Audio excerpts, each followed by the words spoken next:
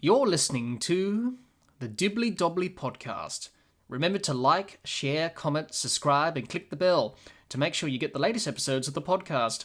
Be sure to like and share our Facebook page and follow us on Twitter and on Instagram.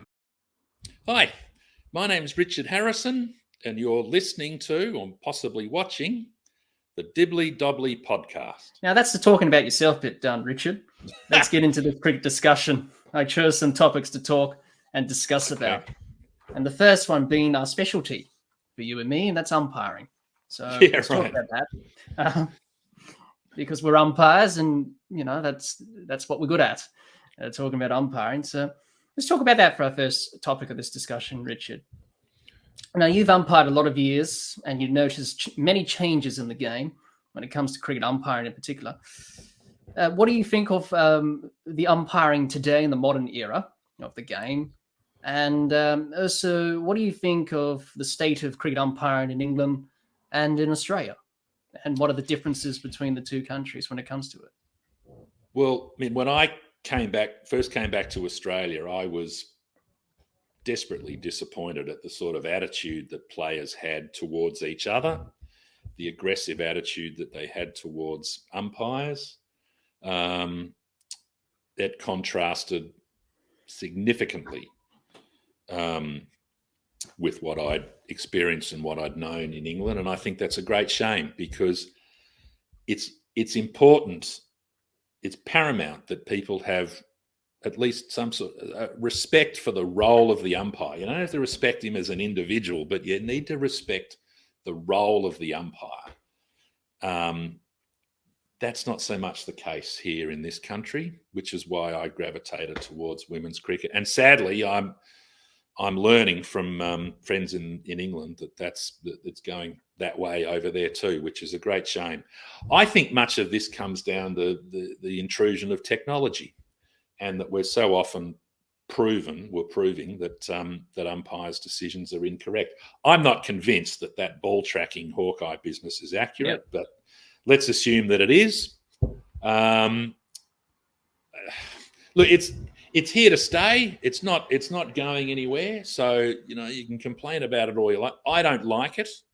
Never have. For one thing, because it robs the game of so much of its theatre. Yeah. To see Dennis Lilly in front of 80,000 people at the MCG screaming an appeal for LBW or caught behind, the entire crowd on the edge of their seats waiting for that umpire to make a decision. Yeah. And I haven't been there to anything like that degree, but I've been in front of, you know, smallish crowd, and it is great fun to milk that decision. You sort of count to 3 or 4, and then you sort of give it up, and half the crowd go nuts, and the other half go, you know, crook. Now we're robbed of that because, you know, you can say, he's giving him out fantastic, but now it's like, hang on, now we've got to go through this protracted process, and it just takes all the air out of it. I don't think it's a shame. We've lost the theatre of that umpiring decision, mate, and there's so much less for umpires to do. Stumps and run-outs. Don't look at me. Send it upstairs. I'm just here to count to 6. And more with 3 reviews that you can keep if you're sort of near enough. Yeah. Oh, mate, the role of the umpire is less and less, and it's and of course, who's going to respect someone in that position when their authority is constantly being diminished? I think it's a shame. Yes, it's not going to change. No, it's not. But it's a shame. And but we have that technology. We use it, try and get right decisions. It's not always going to be 100%, even with DRS. Ball tracking is not 100% accurate, but it's no way what we have. No way is it. No way it is. So look at it, but I just miss the theatre of that decision. I guess you still have that at different levels of cricket that don't have technology. You still have that sense of responsibility as an umpire, because whatever decision you make is final, because you don't have technology or anything like that. So, it has changed over the years, and it's going to keep changing, I suppose. And That's the way it goes, I suppose. Oh, look, it's not going to change, so I'm not going to complain about it. It's just not what it was, but that's how it is. It's but I think it's a little disappointing because I think, it's not as exciting as it was because that decision, especially when you see umpires like Rudy Kurtzen, who's sadly no longer with us. Rudy Kurtzen gave the slow finger, the slow rise, the slow death, as he always did, and just give the batter out, and you're on your bike. I understand where you're coming from, and but we just have to adapt and change to these ever constant changes in the game. And I don't think we'll get the characters amongst the umpiring fraternity that we. No, we had a lot of umpires who were, especially Dickie Bird, David Shepherd, they were Billy exactly Bowden. Billy Bowden was a character, and many people said, "Why is he doing that?" Well, he's just having fun. He's just being himself. Exactly. Yeah, you got to do it in a professional way, I suppose, but more importantly, have fun. That's why you do the job. Just be yourself, have fun, isn't it? Absolutely, that's the most important thing. Enjoy it. If anyone wants to be an umpire, the most important thing to consider is, will you enjoy it? Yeah, that's right. To get out there, if you're going to have fun with it, if you're going to enjoy it, you'll do a good job, and that will reflect on your performance, and that will be picked up by the players. If they realise or think that you'd really rather not be out there, you're not going to do a good job. They're not going to respect you and the role that you're performing. So you've got to enjoy it. That's the most important thing. Absolutely.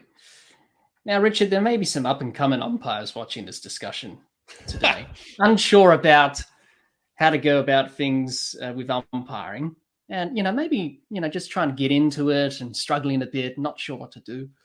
So let's talk about some tips and advice, fundamentals for some guidance that they can look forward to help them. Let's talk about preparation. Preparation is very important as an umpire, isn't it, Richard? You've got to make sure you read up on. Where is it? Yeah, you're watching the law book. There it is. The little. You got to read that plus playing conditions. Absolutely. In whatever competition you're in. In the book, you mentioned that you got to prepare for obscure laws that come up rarely. I'm pretty sure you'll talk about that. And also you mentioned in the book Law 43, which is the unwritten law in the law book, is common sense, which is important when applying the laws. So Richard, explain to us this couple of scenarios, those obscure scenarios you mentioned in the book, and how important is it for an umpire to use common sense when applying the laws when it comes to that side of the game? Because it's a very important thing to get that knowledge right. Well, I think for any aspiring umpire, I think the most important thing you can do, that you need to do, is you need to have an absolute, not just a thorough, but an absolute knowledge of the laws, inside out, back to front. Know it 100%. As far as I'm concerned, the pass mark in any exam is 100%. You need to know the laws. Absolutely. You need to know the playing conditions of whatever competition that you are umpiring in. Absolutely. And that's difficult in this day and age because there are different formats. There are 20 over games, 50 over games, multi-day games, etc., different fielding restrictions, etc., etc., etc. It's a lot to keep up on top of. But if you have that knowledge as your base, that will give you confidence, and that will help you to relax. I always say to people as an umpire, the important thing is that you appear to be relaxed and confident. Whether or not you actually are is really neither here nor there. You just need to appear to be. But you will be more so, and you will be more confident if you know the laws and the playing conditions inside out. And thereafter, preparation and presentation, getting all of your gear together before the game, make sure everything is neatly packed away and you've got everything there, all your bits and pieces, bowler's counter, overs cards, pens, etc., spare pens, etc. Make sure everything is packed away the night before, double, triple check that you've got absolutely everything. Turn up at the ground appropriately dressed, looking professional, wear the off-field uniform, and, don't turn up in, shirts and thongs and get changed in the car. Find where the umpire's room is. People notice these things. Yeah. And it's important that when you arrive at the ground and when you leave the ground that you are appropriately dressed, ideally if your competition's got it, a proper off-field uniform. All these things matter even before you've stepped out onto the field. And then it's a matter of obviously conducting the match in the best manner that you can. But there's a lot you need to do before you arrive, before you even step out onto the field, and after the game is concluded, that all reflect on you and on your performance. Yeah, absolutely. There's a couple of obscure laws. You said in the book it was sort of my moment to shine, to really show the players that I actually, I wanted to really show them my skills, sort of my party trick. Well, you're talking about the one that one batsman that you didn't give out hit the ball twice, and tell us that. That was a Kent League game at Moat Park in Maidstone. This probably won't mean much to most people, but a team called the Moat were playing a team called Lordswood, and I think the Moat were batting, and the fast bowler sent down a Yorker that this batsman just jammed down on with his bat and dropped the ball literally right at his feet, and the ball sort of bounced up once or twice, and he kicked it away 30 metres out to mid-wicket and called the non-striker through for a run. Now, it's an obscure circumstance, but strictly speaking, to my mind at least, that means he's made a second strike on the ball for some reason other than the sole protection of his wicket, and that he has sought to benefit from it, i.e. score a run from it. Ergo, that meets the criteria of being given out for hit the ball twice. And I'm watching him run down, and I thought, here we go, I'm in here. This is terrific. Here's my red letter moment. I'm going to get to give someone out hit the ball twice for the first and possibly only time in my career. And no one appealed. I was standing there looking, and all I could hear was this chorus of, oh, he can't do that. He can't do that. He can't do that. I said, I was just like, anyone? I couldn't invite someone to appeal, but I was looking around thinking, just one of you. Yes, so how's that? Anyone at all. Anyone could have made the most polite, how's that inquiry anytime up until the point the bowler delivered the next ball, and I would have given him out. But all I could do was just signal dead ball and return the batsman to their original ends, and that was that, because no one appealed. Very unhappy. It's one of those things in cricket where you have to appeal. If you don't ask, you don't get. Absolutely, but no one thought to. There was this great chorus of protest that he couldn't do that. He couldn't just kick it away, and he couldn't try and score a run, etc., etc. And I said, yeah, I know that. But you have an appeal. If you'd like to actually make an appeal, we might get somewhere. But no, it didn't happen, and never had another opportunity. So it was quite funny. Funny. It was quite funny when you said it in the book. But I think that comes down to, as an umpire, educating the players as well with the laws. Well, I mean, of course, it's not my role to tell them, hey, you should appeal. I mean, I kind of did that in a under-15 girls game once. That was different. That's an educational process. These guys were playing at a decent level. But there was a under-15 junior pathway girls game. I was standing at square leg, and this girl hit the ball down onto what was a synthetic pitch, and it bobbed up in the air, sort of her waist height. Next thing you know, she took a hand off the bat and whacked it away. And there was a girl's fielding next to me at square leg, and she said, she can't do that, can she? And I said, appeal. She said, what? I said, appeal. So she appealed, and I just acted, it didn't come from me. Which I thought, I better be careful here. If that kid's mother comes out and realises that I've dropped her daughter in it, but happily got away with it. So, but I just thought, in all honesty, I thought, look, there's an opportunity for people to learn something. Yeah. So little things like that happen. I had another women's game, firstly, women's fixture, where the keeper discarded the keeping glove and then ran off down to third man to field the ball. Another player picked it up and caught it, and then tried to execute a run out, which of course ended up being 5 penalty runs. So that was rather fun. Or the ball hitting the helmet. That's happened a few times. That's happened a few times. But I remember these Even girls international cricket. Someone saying, grab the glove, pick up the glove, get it. And I said, don't pick up the glove. Don't pick it up because it's going to be enough, fine. whack, right? You know, here it is. But I didn't shout it out, but I was like, don't pick it up. To the batting side. Pick it up. Yeah. But anyway, little things like that happen every so often. Yeah. When they do happen, people are like, is that possible? Can that actually be a dismissal? It can be. If you know, well, I mean, people, often, people don't, players particularly don't certainly some of the more obscure nuances of the laws they're just not aware of. So it's sort of like, but as long as you are, that's the important thing. It's sort of like with overthrows, or if a dog comes onto the field and catches the ball, those are weird scenarios as well that you have to know. Well, how many runs they made before that happened? Was it going to be a boundary or not? There was that did famous they cross when the ball. Yeah. How many runs they did and they crossed. Famous for an episode in that World Cup not final. The umpire signaling to the scorers. Overthrows.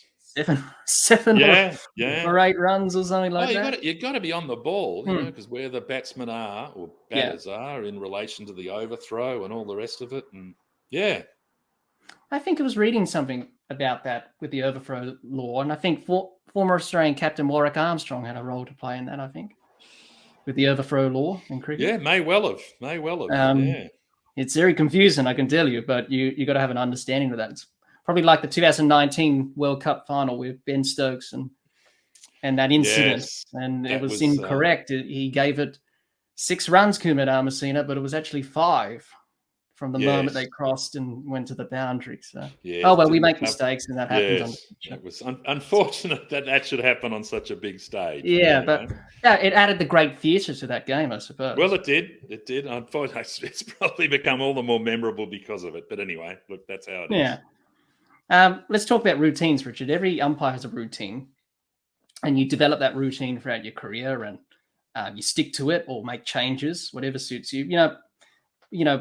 Before the game, during the game, post game, when you count the ball, some umpires count the ball like me when it's dead, because if there's an extra, you can make sure you got the right count, or they count it as the bowler releases it. I know Daryl Harper, when I interviewed him, said I did that in my career, where the bowler released it from the hand. I just pressed my counter, and that was the ball counted.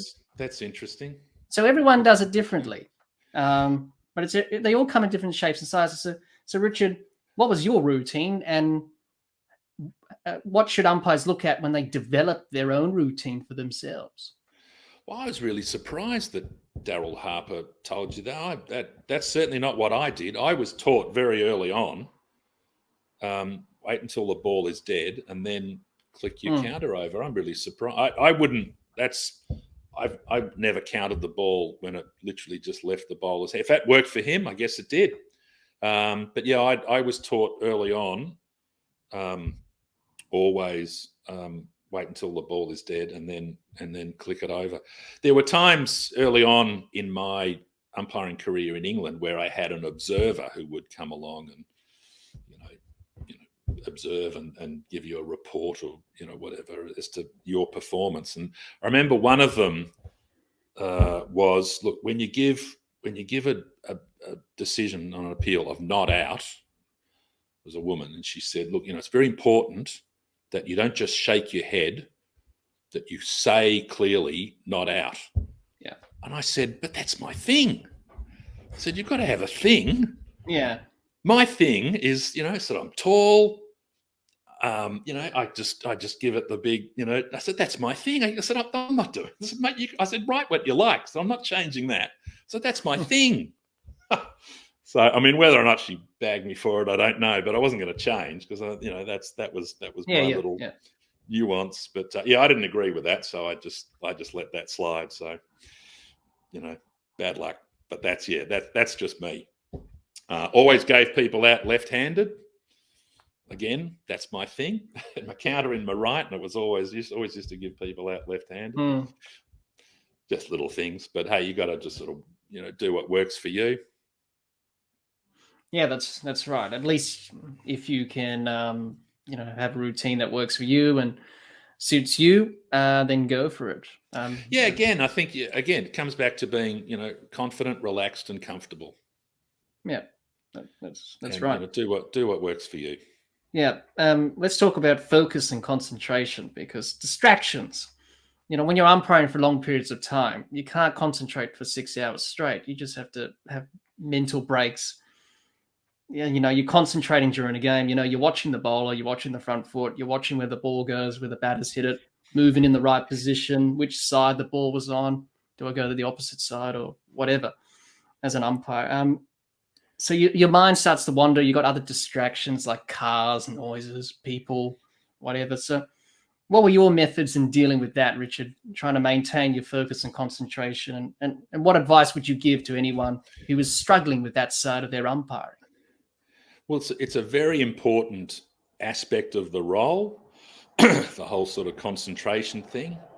And you can't expect to be switched on 100% of the time. You've just got to develop a routine, whether it's when the bowler's starting to run in, or you can literally hear the bowler approach, or you see the bowler approach if they're just coming off a short run. One of the things that I learned very early on the first training course that I did, in terms of looking at the bowler's front and back foot, as they deliver the ball, was not to move my head.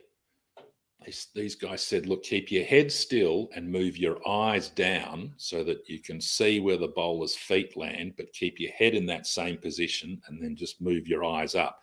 Don't go doing this. Don't go looking down there. You lose. Like they did back in the old days when they did that. Well, they may well have, but it was really significant. I mean, I just as a trial, I would occasionally just sort of move my head, and it was just so much more difficult to work out where the ball had pitched. Very important. Don't move your head. Just move your eyes until such time as the bowler's delivered the ball. Just move your eyes to see where his feet land, her feet land, and keep your head still and make sure you can ascertain exactly where the ball pitches. But thereafter, it's just you've got to switch off and then switch back up again. And it's very important, and it's everyone's going to develop their own sort of routine or method. But concentration. That's why you've got to keep hydrated. You've got to be well rested. You've got to be in the best possible shape that you can be. It's one of the reasons I really felt I had to give it away. I mean, it was painful and it was very difficult to concentrate when your back hurts like hell. Yeah. So, you've got to be fit, mobile, healthy, hydrated. All of those things will help you in that respect. Yeah, and just develop solid, good processes. Yeah, look, do what works for you. I mean, I don't know that there's the head being still. I think that's an important one. But thereafter, you just got to find what works for you. But you can't expect to be, absolutely switched on 100% of the time. It's just like players, really. But you've just I mean, clearly some players have a routine of slipping the Velcro straps off, or looking at the crowd, putting them back, and all that, car that drives marking their crease and all that. Yeah. They clearly, I mean, and umpires need to do the same thing. You just got to develop a routine or adopt a routine that works for you. But there's no one size fits all. Yeah, and you got to be switched on when that appeal comes, because indeed, if you haven't seen what happened, then you say, well, gee, I got to give it not out because I didn't see what happened. So nothing worse. Nothing worse. That's just it's the worst feeling, isn't it? When dreadful. Let's talk about training. Training is very important when you go down the nets. Refine your technique, your methods. You're looking at different players, what deliveries they bowl as a bowler, batters, building a rapport with the players. So, Richard, what was your routine when it came to training and having a look at players and building rapport with them, and how should umpires approach that side of umpiring when you're doing that in training? I was lucky. I think that first season I did so many matches. I'd do 2 games on a weekend and quite possibly 1 or 2 during the week. So I had a good sort of grounding before I really stepped up to any sort of a decent level. And of course, once you do, there are meetings and training exercises and videos and things that you access on the internet. And you're all, given access to all of that. In terms of relationships with players, I think you can be friendly, but there's nothing worse than an umpire out there starts using players' nicknames and carrying on as if they're just like they've been friends for life. Yeah. I just can't. Yeah. Oh, I can't stand that. I just think that's just completely wrong. You've got to be professional, courteous, friendly, but it's important to maintain a professional distance, sort of an arm's length approach to it, and that's a balance. But nothing worse than umpires who are too officious. Yep. And equally, the other end of the spectrum, umpires who treat players like they're their best mate and call them Willow or Harry or Sticks or oh no, I cringe when that happens. Yeah. At the end of the day, you're there to do a role, and you've got to conduct yourself as professionally as you possibly can. And it's nice when you develop relationships with players and they get to know you and you them and all the rest of it. But there's a balance. There's a balance to be struck. Yeah. You often did that in England, did you? Have a pint, as they say over there, with the players? Oh, I'd always have a drink after the game. Absolutely. Again, that's something that I thought was such a shame here. Nobody does that. But that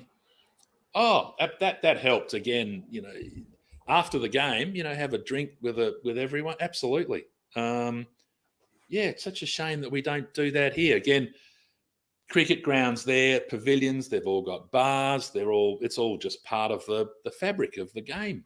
At least at, league games and things. Otherwise, in your village games, you just go to the pub. But you'd always stick around and have a couple of beers after the game. Again, that was something that was unique to England. Yeah, absolutely. Now we come to game day, Richard. So all the preparation, all the training you've done leading up to the game, the important day where you showcase your skills and your role as an umpire.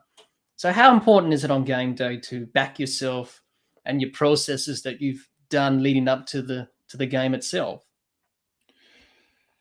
Well, again, it comes down to that thorough knowledge of everything that you need to know, laws, playing conditions. You need to know, who the captains are, learn their names. You need to have studied the team sheet, know who's playing. You may well know most of those players, some of those players. Any that you don't, you might be able to check with a colleague who might have umpired that team earlier in the season if there's anything that you want to know. It's worthwhile knowing sort of who's who in the zoo, so to speak, who's likely to open the bowling, certainly who the captains are.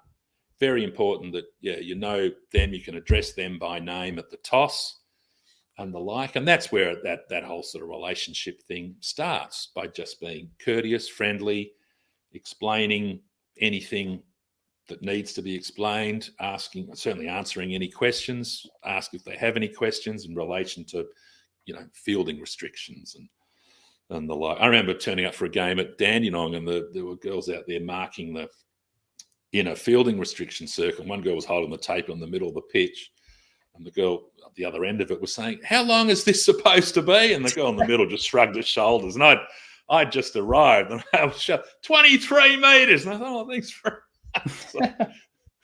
Why on earth they had the tape there in the first place if they didn't know what it was exactly supposed to be? I'm pretty sure I saw that in an international match once. They were playing an international match. I can't remember who was playing all the teams, but they got the inner circle wrong. So they had to bring the tape measure out and measure it from the stumps to the... Oh, look, it'd be easy to do when you're using different pitches from day to day. Absolutely. But I think on this occasion, they got the measurements and the dimensions wrong. Oh, it's very important as an umpire to learn all the dimensions of the creases. They're different. They're different. Inner circle markings are different from men's to women. Yeah. Boundary distances, minimum boundaries are different. And we would play Premier Cricket here. The men would play on the Saturday and the women for the most part on the Sunday. So many times you've turned up and the boundaries in the inner circle are marked for the men and the like, and you have to check that and get someone to change that. So yeah, that's just all part of that prepper. It's one thing to say, oh look, it's the same for both teams, but it's not right. It's got to adhere to the playing conditions. So it's just things you need to be mindful of. Yeah, absolutely. So after the game's done, Richard, time for self-reflection, analysis of your game and that, which is important to learn going forward, to get better as an umpire, because you want to do the job to get better and learn from your experiences. So how did you go about reflecting after games, and what should umpires look at when they do that sort of thing, reflecting on how they went in a game? I would just reflect on my own performance. I wouldn't necessarily. I never asked for any feedback from other people. I've stood with other umpires who asked me for feedback on their performance, which I guess I was never really all that comfortable with that. I didn't really want to ever be sort of critical of anyone. But from my own perspective, I would just reflect on my own performance very critically. Hated ever thinking that I might have made a mistake.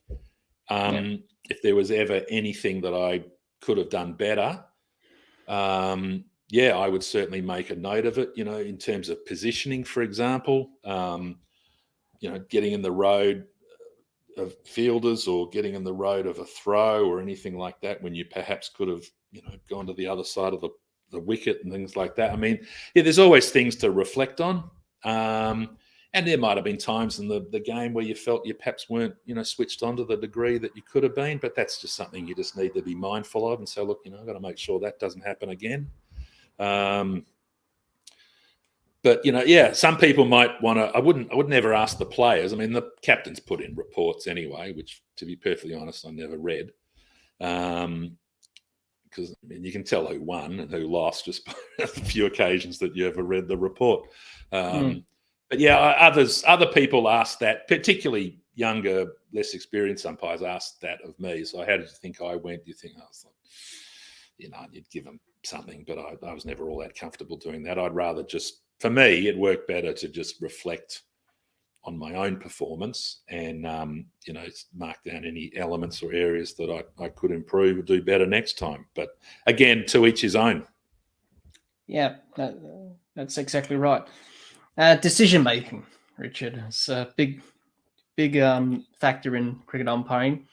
As you mentioned in the book, one of your mentors, as you mentioned, John Allen, said, umpires don't make mistakes, umpires make decisions. And that's true, whether they be good or bad. But everyone has their different process when it comes to making decisions, how they compute all what they've seen in front of them. So you have to be ready for that appeal that comes from the fielding side and be ready to be switched on. So what tips would you give in terms of decision making, and how important is it to trust your guts and your instincts when it comes to that? Because we can often second doubt ourselves when we've made a decision and look back on it and probably say, oh, maybe I shouldn't have given that out or gave that not out. Yeah, look, it's all of a sudden you're in the spotlight. All of a sudden everyone's aware of who you are and what you're there to do. And all of a sudden that is your moment, your chance to shine or otherwise. And, you don't need to be rushed into anything. You need to take your time to evaluate anything. LBW decisions particularly obviously have the most elements to consider. And I think taking a couple of seconds to consider all of the elements involved in making that decision helps to sell it.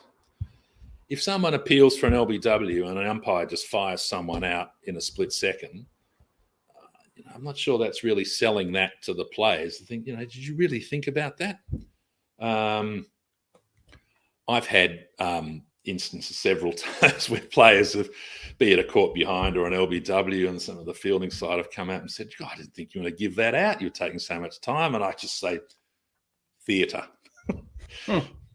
But essentially, take all the time that you need within reason to get it right. Consider everything that there is to consider before you. Don't be rushed into making a decision. Don't be influenced in any way by the veracity of an appeal or the number of people who are appealing, the volume and all the rest of it. You just say, right, there's an appeal. You've just got to block that out. You've got to switch that out. You've got to focus on all of the relevant elements involved in making that decision.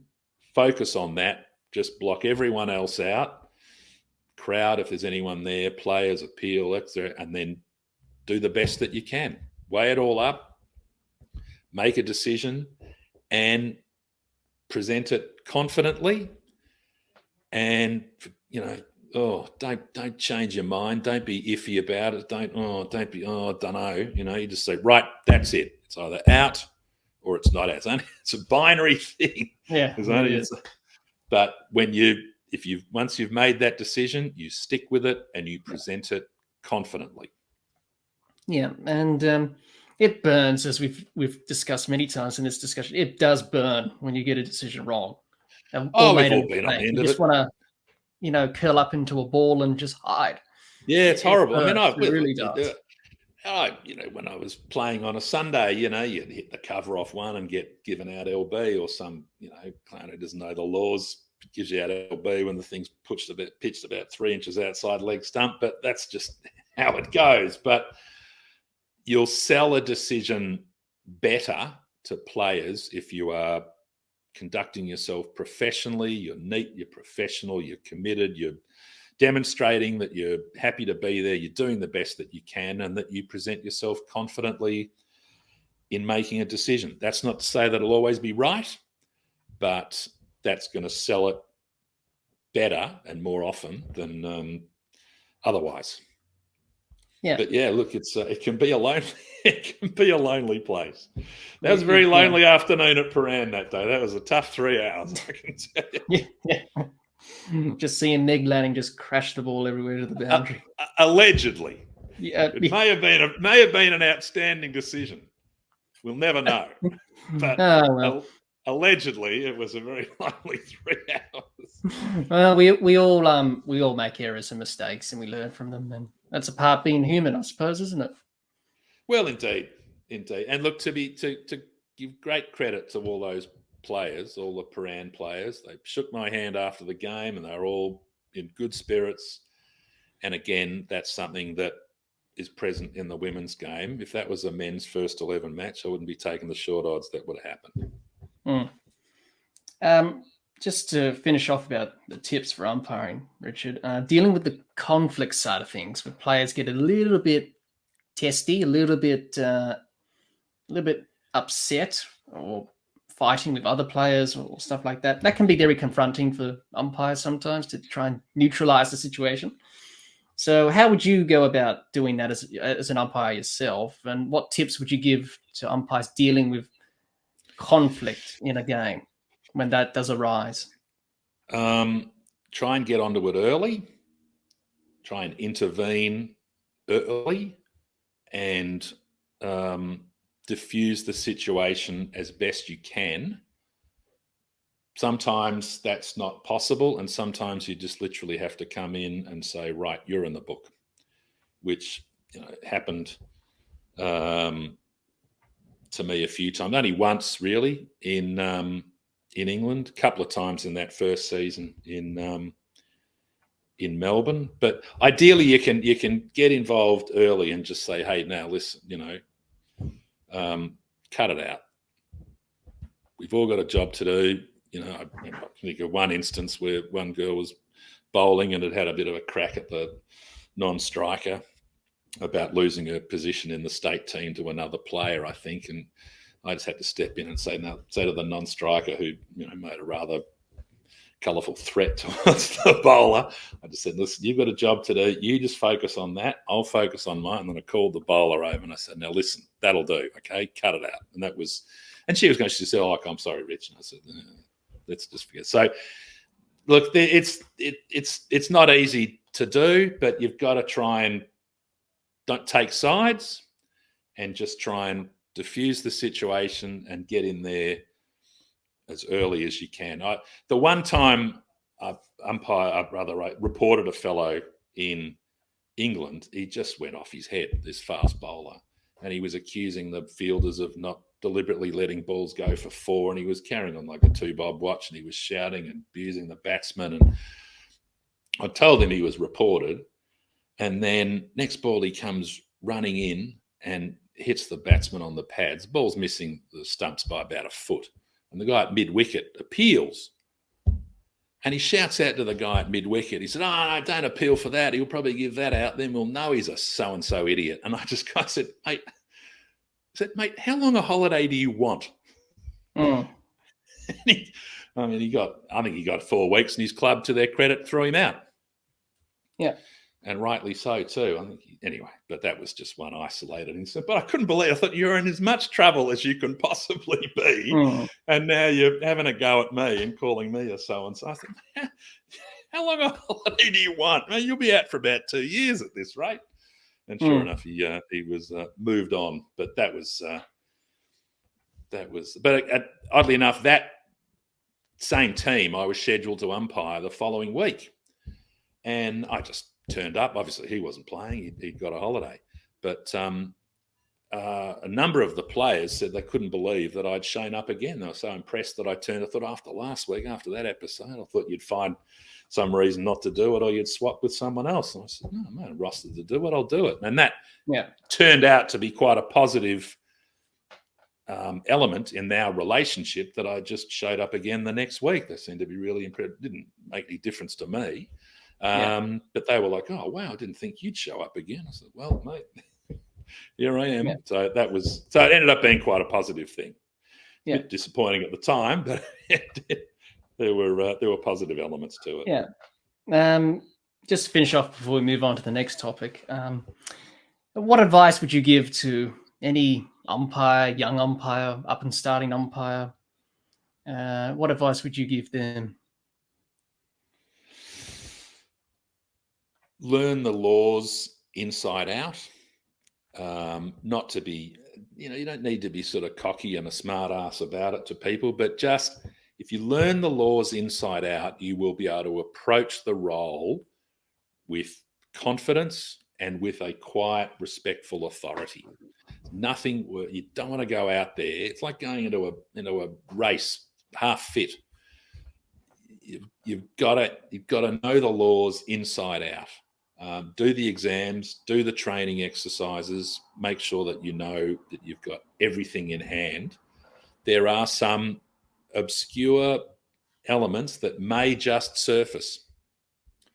And you've got to know what to do as and when they do.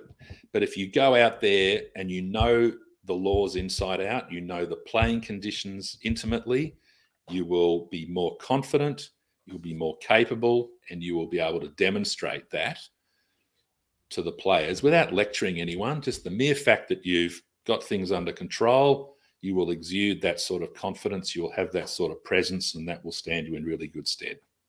Thereafter, it's just get out there and do it, enjoy it. You'll get better with experience. The more often you do it, the easier it'll be, the more you'll enjoy it.